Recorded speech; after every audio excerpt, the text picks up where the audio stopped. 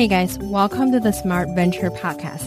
In each episode, we're going to have conversations with some of the top investors, superstar founders, as well as well-known tech company executives in Silicon Valley.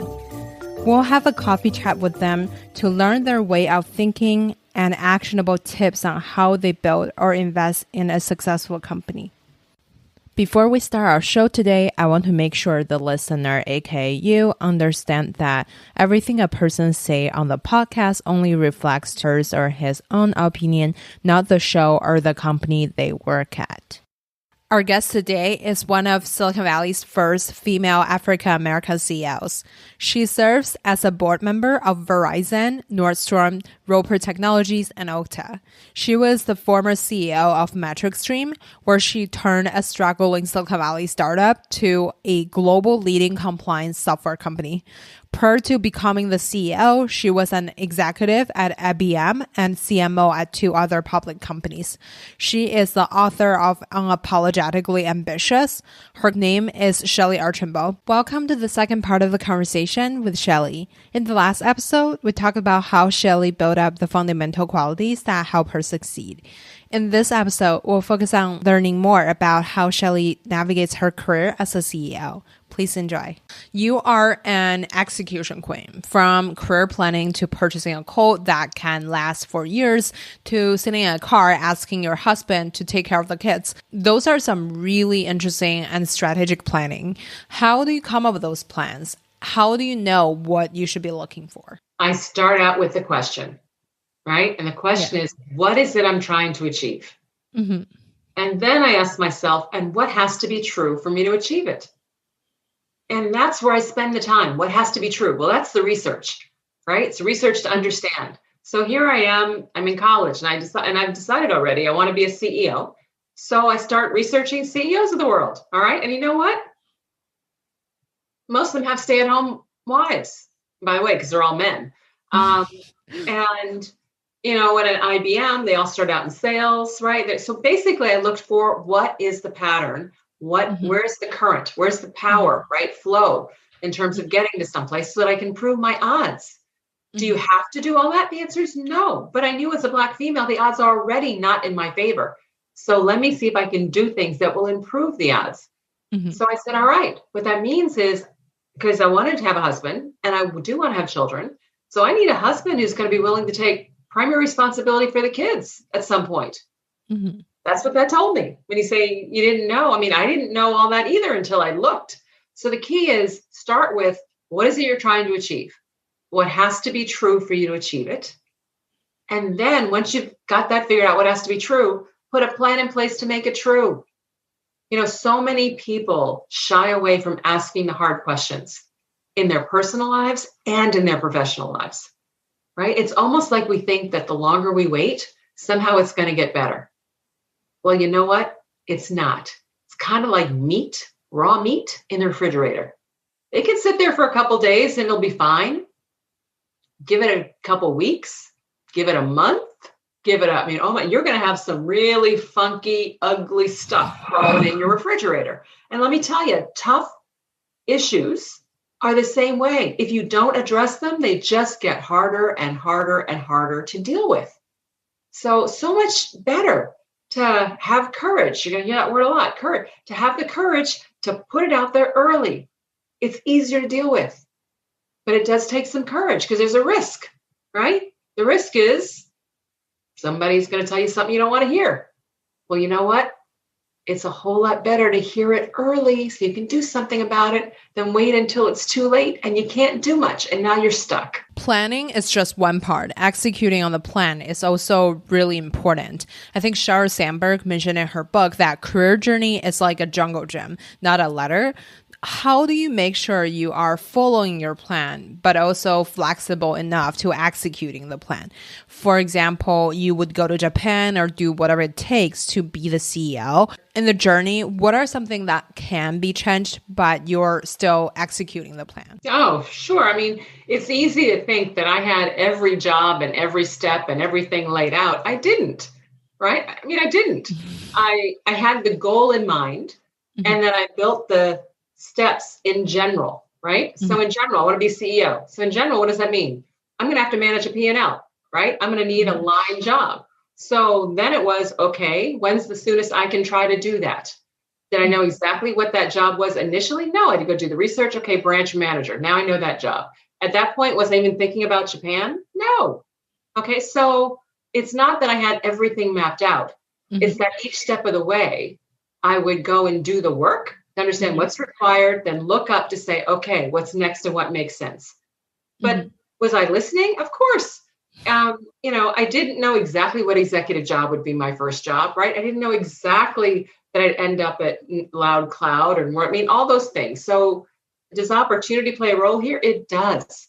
But I think you can absolutely improve your access to opportunities, your ability to be lucky by actually planning and making decisions every day that are consistent with the plan, because that's really where the power lies. When I would build out the goal and the plans, I just assumed the plan was going to happen.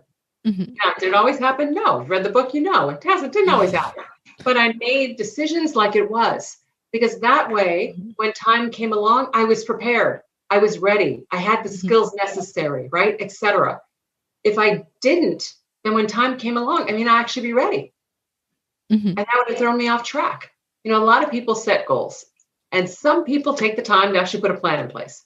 But what I've found, Grace, is very few people make decisions every day consistent with that goal. And that's the key. And honestly, that's the key personally, but it's also the key professionally. You're trying to build a business. All right, what has to be true? Right? What has to be true for your business to be successful? And now how do you make it true? Right? What are the steps? What are the keys? Now you build out your overall plan. And then you make sure that you are executing things in line with what you're trying to achieve. One of the challenges that a lot of startup founders have is they don't keep in mind what they're trying to actually accomplish. And they'll get a lot of advice, a lot of suggestions, a lot of point of views. And if you don't have that clear goal in your mind, it's easy to get swayed around what other people want to have happen. And when that happens, you lose focus. And when you lose focus, it becomes much more difficult. So true. I have tremendous amount of respect for you to executing on the plan. I feel like it's so hard to follow a plan. For example, by this month, I want to lose 10 pounds. Then I woke up and eat a donut. So what you have accomplished takes a lot of grit, which brings me back to my other question. It seems like you have 3 core experiences or stages in your life. For example, IBM stage, then you work at Blockbuster and some other companies. In the end, you joined almost dying startup as a CEO and turned into a very successful company. What did you learn from each stage of your career? Oh, gosh. So the IBM one, I really learned how to be a leader and a good manager at IBM, which definitely paid dividends. And then at Blockbuster and the middle roles, those were the jobs I took because I needed to understand what was different about running companies, right? Versus kind of being, so I needed a seat at the table jobs, which is what those were. I learned the importance loud and clear of team, of how to actually be an effective leader. So not just good, but effective leader. And I learned the importance of building a network that's much broader than the company that I'm in. So those would be keys. And then at MetricStream, I learned what true resilience and fortitude are. I learned just how valuable a lot of the skills and things I developed as a result of being a salesperson really were, in terms of trying to pull all these things together. And what else did I learn? I learned a lot around governance and structure and all that stuff as well. How do you identify your superpower? You have sales background, you're good at math. Do you identify yourself as a marketing leader, a finance leader, a product leader, or a sales leader? What's your super skill? Sure. I refer to it as go-to-market. Put it all together. I'm good on the go-to-market piece. And go-to-market is everything from, figuring out the customer problem, value proposition, to how do you actually sell it and how do you communicate it, right? In a way that you can sell it. So that whole piece, yes, that is definitely my strength. But that's not my superpower. My superpower is really two things. One is courage, and the second is discipline. And I wasn't born with either one. Nobody's born with courage. Mother Nature makes sure of that, right? The human race, we can't protect ourselves, so we run away when it comes to fear. So building courage takes intent, and the good news is, if I could do it, anybody can do it. So you can develop courage, but by having courage, it just positions you to be able to actually take advantage of a lot of opportunities that may just fly by others, right? By being disciplined, it actually helps you stay focused. And discipline wasn't one that I was good at either. I used to be a procrastinator. I mean, all those things when I was young. So I had to build that.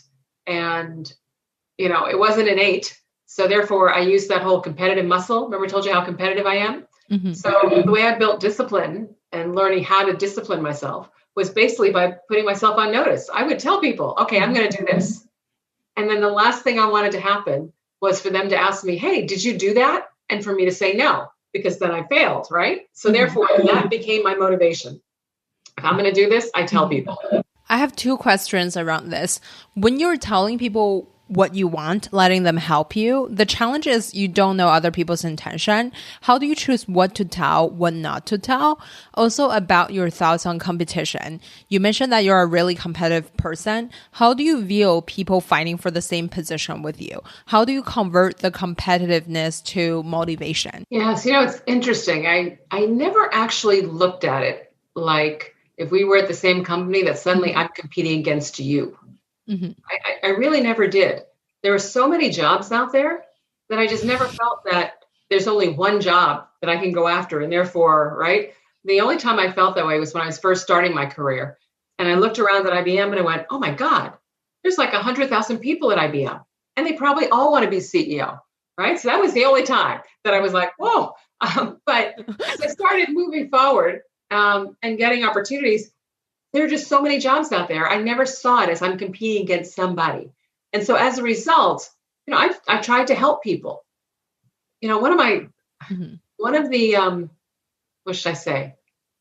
things that I learned is that my desire to be helpful, which was absolutely key to me. I wanted to be helpful because I found when I was young, if I was helpful, people then would like me because I felt very unliked.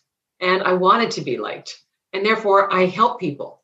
Well, I still have that feeling of wanting to genuinely help people. One of the benefits of that, which I didn't realize when I started all that, one of the benefits of helping people is it gives you a platform upon which to make a relationship. Because if I do something and I help you, Grace, right, you remember that. And you also have a positive feeling about me. Because, Shellye was nice. She helped do blah, blah, blah, whatever it might be, right? Mm-hmm. So being helpful is actually super powerful. And upon that help, that's how I've really done it all. I tell people, if you don't tell the universe what you want, then the universe can't help you. Well, I don't mean standing out there and saying, hey, yo, universe, over here, CEO, right? That's not what I mean, okay? What I mean is, I would go to people and say things like, one day I aspire to run a business, right? So I would say that one day I aspire to run a business. But then here's the key. It's the next question. I would say things like, do you think I have the potential? Do you think that's a good goal for me, right? There are a lot of different ways of asking the question. Well, that's a risky question, right? Because they could come back and say no, right? They could totally say no. But if they do, it's okay. Because it gives you a chance to ask them, why not? And in that why not, and the answer to the why not, you will learn a lot about how you are perceived, about where you may need to focus, right? You get the roadmap. If you never ask the question, you never know why not. And then you don't understand why you're stuck. Gosh, I've been doing this for so long. I'm doing a great job and nobody's promoting me. And I don't understand. And then what happens is a lot of people just leave. They'll just leave that job, leave the company, go someplace else. Well, frankly, I think that's a waste. because you've left without all the information, right? Find out why, so that when you get to the next place, you can do something a little differently, right? You can gain whatever it is, but don't just leave. I feel like this is such a good advice. I'm curious about when people are telling you you're a woman, you didn't go to a certain school, or some ridiculous reason saying you don't fit the profile, would you give up right away, or would you find the true reason behind the comment and push yourself forward? Is there any hard stop that will make you stop? Well, yeah, there are hard stops. So, I read about one in the book, right? You didn't introduce me as the former CEO of IBM. So that was a goal, but I never achieved that goal. I indeed got to the point in the company where I thought, I don't think this is really going to be an opportunity for me. I don't think I'm going to get a true chance to compete for the CEO of IBM. And so when I finally get to the point where I don't believe that my goal is achievable on the current path, right, then I make a change. Yeah, I love it. It sounds simple enough, but it makes sense. Don't try to hang up in the place of just, there's no, right. You don't see and the other thing about that, Grace, is don't run from a problem, right? Don't run from an issue. Run to an opportunity. So many people get challenged or get whatever, and then they quit. And I'm like, so how did you win in this equation? Right? You didn't. You just quit. No. If you decide that this is where, okay, it's not going to work out here, don't just quit. Go figure out while you're still working. Go figure out what it is that you want to do. Right? Take the time in terms to go do that, and then make a change so that you're running to something. Because so many times what will happen is people just quit, and then they get anxious. Oh my God, I need a job. And suddenly with the, oh my God, I need a job, they take the first job that comes, which may not be a great fit for what it is they're ultimately trying to do, but they feel desperate, right? So no, run to opportunities. Don't run from problems. Put a plan in place to deal with the problem, but figure out what you want to do. Go find something exciting that fits what you want to happen, and then go focus on that. Speaking of running to an opportunity, you started working at MetricStream when they were struggling, and you turned the company around. How did you turn it around? What are some actions you took to figure out the problem and the solution? First you have to diagnose the issue. So what is the problem, right? Why is the company struggling? And for MetricStream, it's because they didn't have a value proposition. They had gotten to the point because the market crashed, dynamics and buyer behavior changed, that what they were selling, nobody really wanted anymore. Okay, so now we've got to find a new value proposition, which means we have to find a new problem to solve that companies are willing to pay significant dollars to solve, right? And that's what we had to go find. So diagnose the problem. And once you diagnose the problem, then you got to fix it. So value proposition, find a new value proposition. And once you figure out the new value proposition, then you need to develop the strategy to deliver on that value proposition.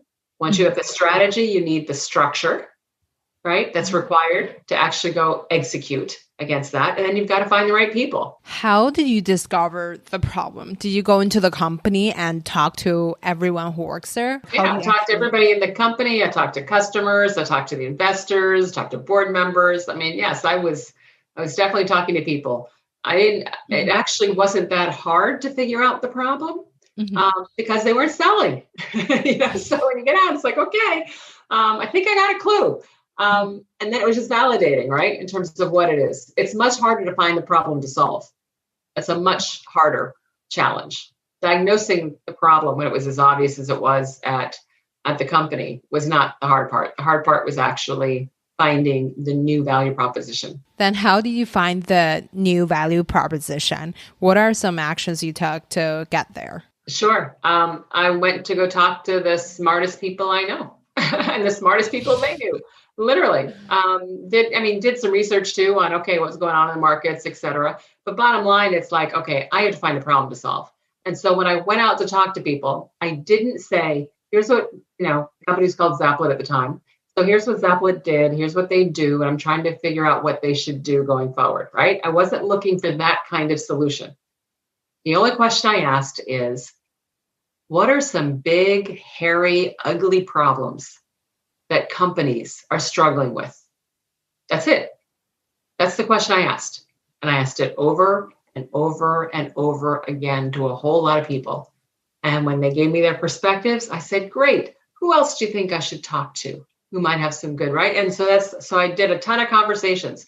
And to this day, I credit Roger McNamee with being the first one to mention the area of compliance. He's like, I don't know what you do about it, but compliance is a complete disaster. It's costing companies a ton of money and da da da da da. I'm like, okay, so right, took that and then went out and kept talking, kept testing and whatever. And sure enough, the whole compliance and risk thing is what we ended up focused on.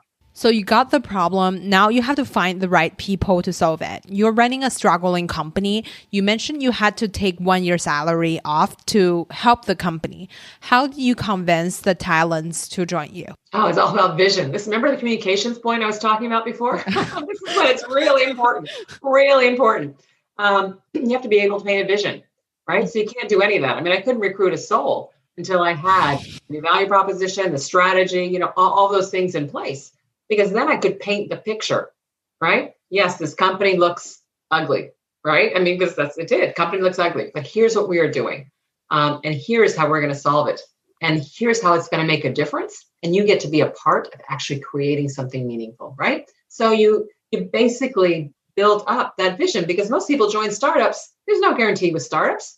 You join startups because you believe in what they're trying to do. So you have to be able to, as the leader, build that picture and convince them. What type of people are you approaching? Do they work for IBM, basically Google of its day, or did you find people who work at another startup? How do you put together this group? It ended up being a combination of all kinds of different people. I don't think there's one model because the whole idea is you want to have people at the table who have different experiences, different perspectives, and different viewpoints so you can end up with the strongest result. So there wasn't just one. We had some people who, worked in a couple big companies. We had definitely had a lot more people who had worked in, middle, small companies. We had a mix. People from Oracle, right? So I say big, big people from Oracle and people from companies, that I don't even remember the names of now. So it was very much a mix. Yeah, totally. You are on so many famous companies' boards.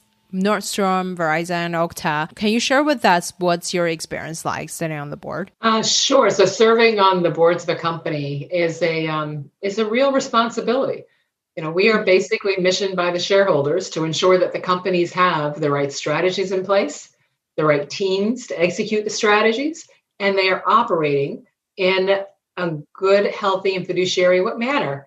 So that their employees, their suppliers, their customers, right, and the communities in which they operate, that they are a good corporate citizen. So all those things is like our job.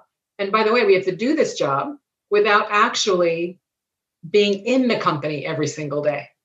So it's working through with management on processes and systems and reporting and the whole bit to make sure we understand what's going on. And at the same time, can add value and assist the company as they are building out their strategy and executing. So it's a combination of a governance role and call it a coach advisor kind of role, right? I mean, it's all kinds of things together. Yeah, totally. Thank you so much for sharing with us. We are at the last part of our interview. I have a little fire round for you. I love your book. It's definitely one of my favorite books. Curious about what's your favorite book? Oh, so my favorite book besides Unapologetically Ambitious is, do I even have a favorite? I just have to share kind of what I'm reading now.